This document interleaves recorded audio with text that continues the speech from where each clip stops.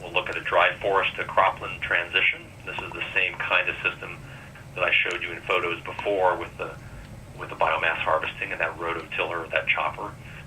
So we have a gradient of sites where we've been working across Argentina and Uruguay for the last 15 years or so. So here you are, I'm kind of in Buenos Aires, and Uruguay up here, you go relatively wet in this part of the continent to dry over here. And of course the Andes are running up this way, so you have deserts over here, dry forests in sort of this middle region, and then native grasslands and the flooding pampas and such over here. So in this particular example I'm going to use, we have agricultural transitions over here in dry forest that are between 5 and 90 years of age. And when we use below-ground imaging, for instance, so in my group we spend a lot of time measuring not just changes above ground, but changes below ground. And this is a case where we use a geophysical approach called resistivity imaging to look at what happens to water use and salinity underground. All right, so resistivity imaging is based on a simple idea.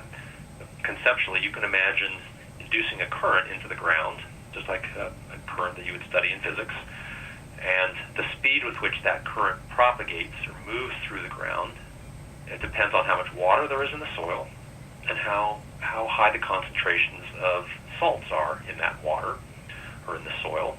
Because as you'd expect from the basic physics, the higher the water content and the higher the salt content, the faster that current moves through the medium. So this resistivity imaging allows us to get a 2 or even a 3-dimensional picture of what's happening below ground as we go, in this case, across a transect of about 1 kilometer from native dry forest and woodland across, in this case, a 70-year-old agricultural field, and then back into the woodland.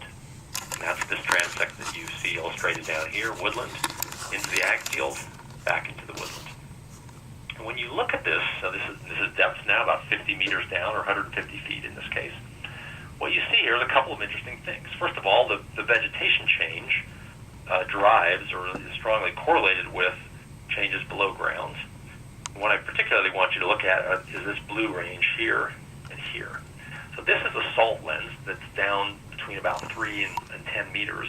This is essentially thousands of years of salts that have been excluded from plant root systems and also left behind with evaporation that build up in the soil.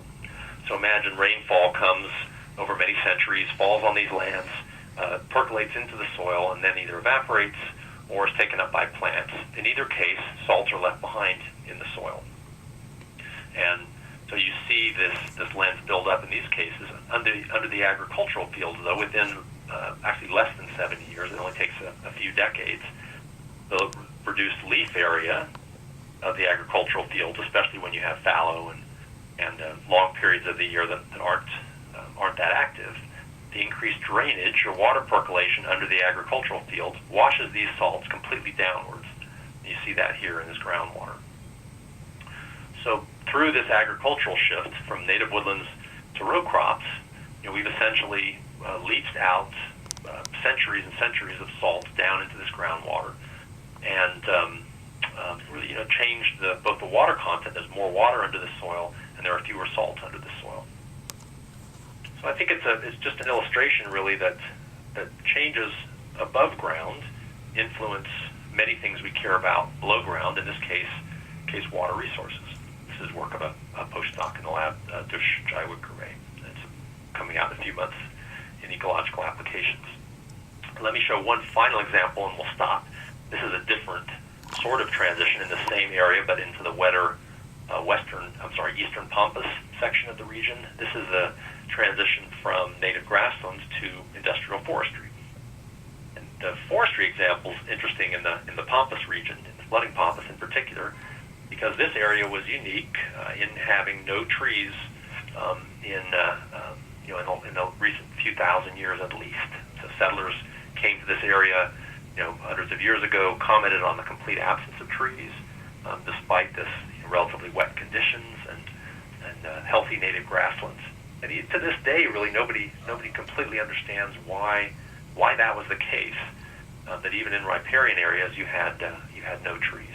Some people have invoked flooding. Some people have invoked kind of dispersal limitations. Basically, we don't know why that was.